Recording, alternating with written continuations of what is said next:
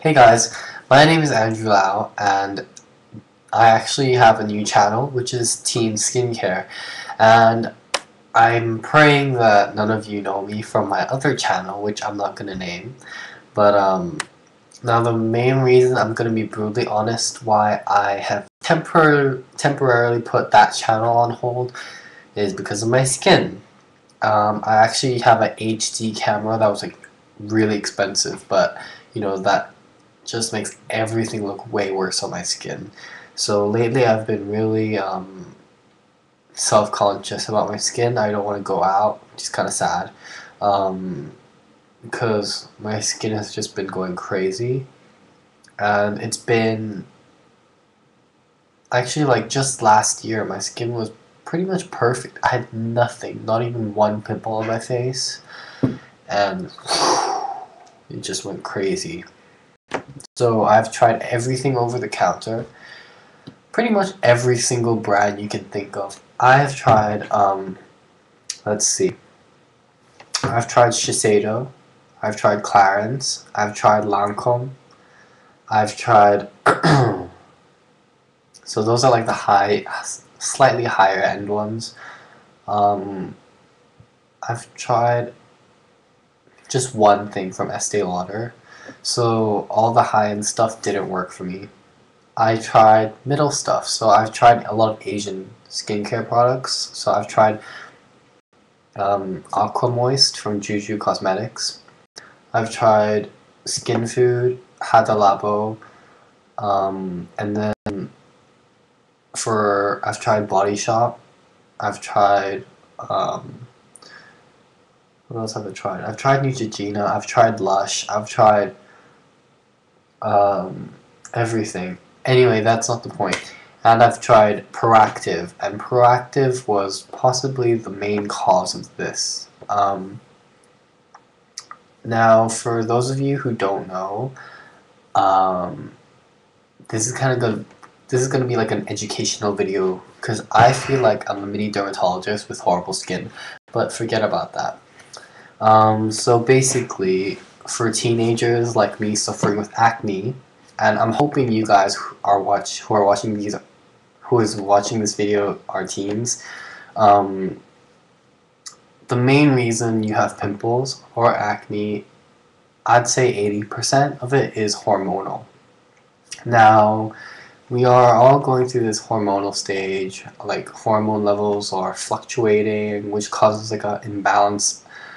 And they always say overproduction of sebum, which causes it to be blocked. And that's kind of true, but you can have dry skin and still have tons of pimples. So I don't really think it's completely because of an overdose of oil production.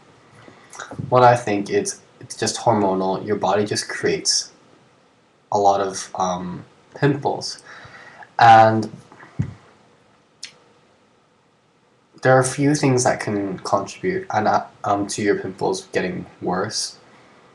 One common myth is chocolate. Chocolate does not actually cause pimples, but it does irritate it in a sense that it has a lot of sugar. And what sugar does is it contributes to that hormonal imbalance we already are experiencing, so it just makes it even worse. So what I've learned to do is cut out as much sugar as I can. So that's soda, chocolate ice cream, whatever you can think of. I've tried cutting down on basically sugar, salt, try to cut down on chili, and I'm half Korean, so that's kind of hard because I like chili. No chili, and deep fried stuff, that's a given, but that's what I'm doing. So a healthy diet does help, and hydration, so drink a lot of water. So I'm basically doing this diary thing, and it's already 4 minutes long. I'm sorry, I tend to talk a lot. So I used to have a bucket load of skincare. I had like a whole basket of skincare, and that was just like moisturizers. My cleansers and toners just filled up my whole bathroom, and it's been quite a rough journey seeing my skin progressively get worse and worse. And right now, just last week, this week, I went to the dermatologist for the first time, and he prescribed me with antibiotics called tetralysal 300 milligrams. So what tetralysal is, it's basically an antibiotic that is meant to kill the bacteria called acne vulgaris. I'm sorry, I'm not a dermatologist, but what it does is it kills the bacteria that feeds on sebum, dead skin cells in your in your skin, and causes inflammation and possibly pus and stuff and all that disgusting crap. So, I haven't actually listened to my dermatologist, and I haven't been taking those antibiotics because I'm just really scared of the side effects. And for those of you who are watching this, you probably have done lots of research like me. So you must have heard of Accutane, which is which contains the active drug Roaccutane, and that's for really severe acne. So hopefully I don't have to ever go to that stage. But this is basically a diary. Probably no one will see this, but this is just a diary for myself to keep track of how my skin looks. So I have gone from having a really luxurious skincare routine to going down to the most simplest, basic skincare routine. So I kind of feel like a luxurious rich man going broke because I'm using like really simple stuff. So basically my skincare routine is I wake up in the morning and I wash my face with Cetaphil Gentle Skin Cleanser. Now there are different forms of Cetaphil. You can get the daily foaming cleanser, which comes in a pump, and you can get, I think there's I'm not really sure because I didn't really research on Cetaphil, but I'm sure there are like 3 different types of cleansers. There's a foaming one, there's probably the daily whatever normal cleanser, and then there's this one, the gentle skin cleanser. So this is the most mildest thing you can get. It says it's for all skin types, it's non-irritating, and it's basically for people with really sensitive skin like me. So originally, when I had no acne, I had an oily T-zone and I had dry cheeks, but right now it's kind of like normal, but just an oily nose. And just breaking it down to sections, these are not acne. This is all hyperpigmentation, because even though I don't pick at my pimples or I don't pop them or squeeze them or whatever, I don't touch them, they actually scar underneath my skin even before they come out, or most of my acne doesn't actually come out, like it just stays under there and scars. So that is really sad. But anyway, I try not to touch and pick my pimples, but they scar. So I have 2 really big scary pimples, and they're like under my skin, and I'm scared what it'll look like when it comes out, and I hope it doesn't. It looks painful. Here is basically clear, but again, this is all hyperpigmentation.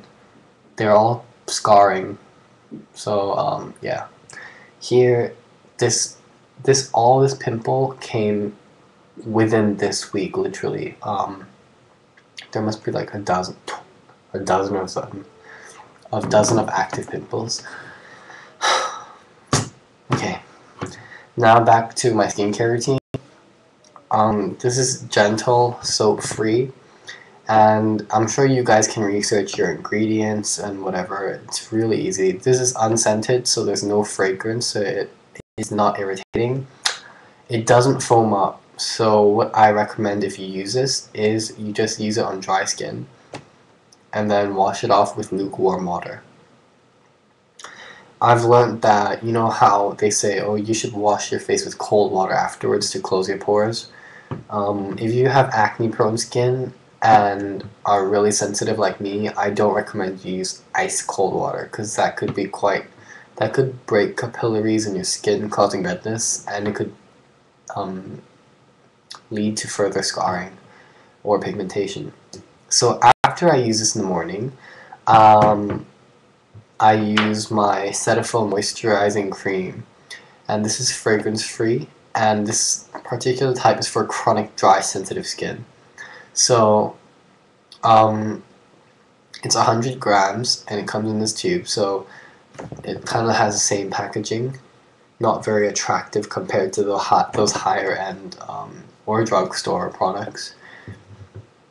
What it is, it's for chronic dry sensitive skin, and it contains emollients and humectants, which are basically to moisturize and act as a barrier to reduce moisture loss. And by the way, these are not for acne, so they're not like proactive, they're not like Neutrogena, they're not like you know, whatever tea tree oil stuff. These are the basic. It's basically like washing your face with water and moisturizing with the most basic thing you can think of. So you might think the ingredients are not very natural or good in this. For example, it has mineral oil, which I've heard a lot of people are like, oh, mineral oil clog pores and chemicals and all that crap. But you know, this is prescribed by dermatologists, and I'm sure mineral oil is refined, so it's not like you're applying the same mineral oil in like car petrol. So don't worry, this will not clog pores, and it's the most the most basic non-irritating formula you can ever get. So I have no doubt that this will not burn or irritate anyone's skin. So after I put this on, how I put it on is, let me just show you. It's an extremely thick cream. So it looks like that. So basically, how I put it on is, I just dab it on my hand, I rub it together, and then pat. Like that. So the reason why I pat and not like literally slather it all over my face is because then you don't want your face to suffocate, and like you need it to breathe and properly circulate. So basically this is the only thing I use. That's my skincare routine. How sad. I used to have like 2 cleansers, toners, exfoliator, serum, moisturizer, eye cream, whatever, but I don't use any of that now. Now this is also prescribed by my doctor. This is Differin Gel, and Differin Gel contains adapalene, which is an ingredient that is similar, but they say it's a more refined version and basically more researched than benzoyl peroxide, salicylic acid, those kind of other acne-fighting ingredients. So apparently this is better. This is a 0.3%, I believe, and basically what I do is I just dab it on the affected areas with pimples. It's just a clear gel. Now you can get this from a tube, but yeah, this is kind of just like a sample. If it works, I'll get the full-size one from my doctor, and you have to get this prescribed. You can't get it from your drugstore. I'll let you guys know how all these products are working, but I can't really recommend this yet because I don't know how it works, because apparently it makes you break out even more before it starts healing your skin. So I don't know how that works. And if any of you teenagers have tried tetralysal, the antibiotic, please tell me, because I'm dying to try it, but I'm kind of scared because I don't want to have that horrible side effects that Roaccutane gives. So the one thing I can recommend to people with really sensitive acne-prone skin are these 2 products by Cetaphil. This is again, this is the moisturizing cream, fragrance free, and this is the gentle skin cleanser. I hope I could help in any way, but again, this is probably just for my skincare journey, and my skin is really bad now, and hopefully I can make it better. Yeah. Bye guys.